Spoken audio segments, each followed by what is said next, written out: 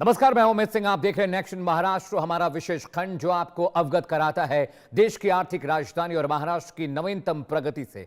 आइए नजर डालते हैं इस सप्ताह की प्रमुख सुर्खियों पर।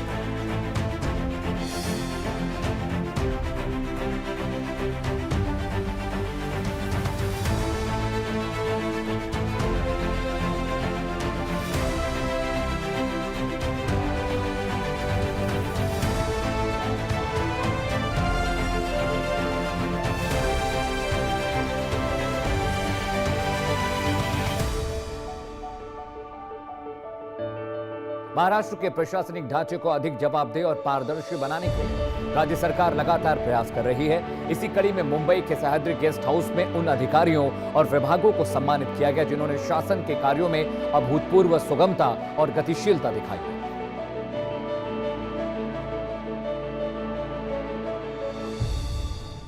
मुंबई के सह्याद्री गेस्ट हाउस में राजीव गांधी प्रशासनिक गतिशीलता अभियान एवं पुरस्कार वितरण समारोह का गरिमामय आयोजन किया गया। ये कार्यक्रम गतिशील प्रशासन विकसित महाराष्ट्र के विजन को समर्पित रहा। समारोह को संबोधित करते हुए मुख्यमंत्री फडणवीस ने कहा कि पारदर्शी, तीव्र और कुशल शासन ही राज्य की प्रगति का आधार है।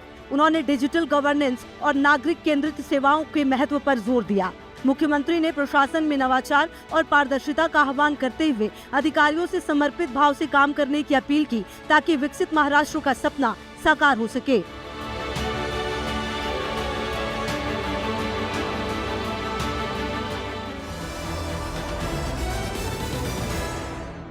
मुंबई और पुणे के बीच का सफर अब और भी आसान होने जा रहा है। उप मुख्यमंत्री एकनाथ शिंदे ने एक्सप्रेसवे के मिसिंग लिंक प्रोजेक्ट का निरीक्षण किया है जो महाराष्ट्र दिवस से जनता के लिए खुलने को तैयार है। उप मुख्यमंत्री एकनाथ शिंदे ने मिसिंग लिंक परियोजना का दौरा किया। इस प्रोजेक्ट के पूरा होने से मुंबई पुणे एक्सप्रेसवे पूरी तरह एक्सेस कंट्रोल्ड हो जाएगा।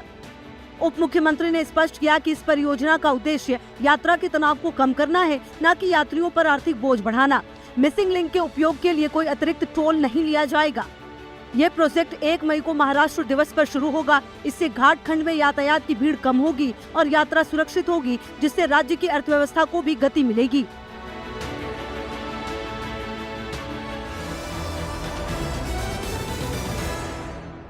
महाराष्ट्र सरकार ने राज्य के युवाओं के लिए डिजिटल क्रांति की दिशा में एक बड़ा कदम उठाया है। मुख्यमंत्री देवेंद्र फडणवीस द्वारा महाचतुर एआई का शुभारंभ किया गया है। यह एक अत्याधुनिक कन्वर्सेशनल आर्टिफिशियल इंटेलिजेंस प्लेटफॉर्म है जिसे विशेष रूप से अप्रेंटिसशिप की प्रक्रिया को सरल बनाने के लिए तैयार किया गया है। इसकी सबसे बड़ी खूबी इसका व्हाट्सएप पर उपलब्ध होना है।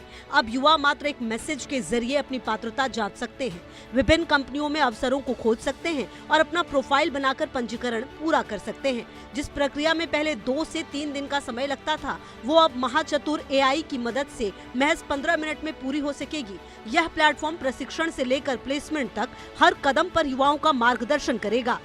राइट वॉक फाउंडेशन के सहयोग से विकसित यह प्लेटफॉर्म पूरी तरह सुरक्षित है और सरकारी बुनियादी ढांचे पर होस्ट किया गया है। सरकार का लक्ष्य इसके माध्यम से विशेष रूप से ग्रामीण क्षेत्रों, वंचित वर्गों और पहली पीढ़ी के शिक्षार्थियों को सशक्त बनाना है।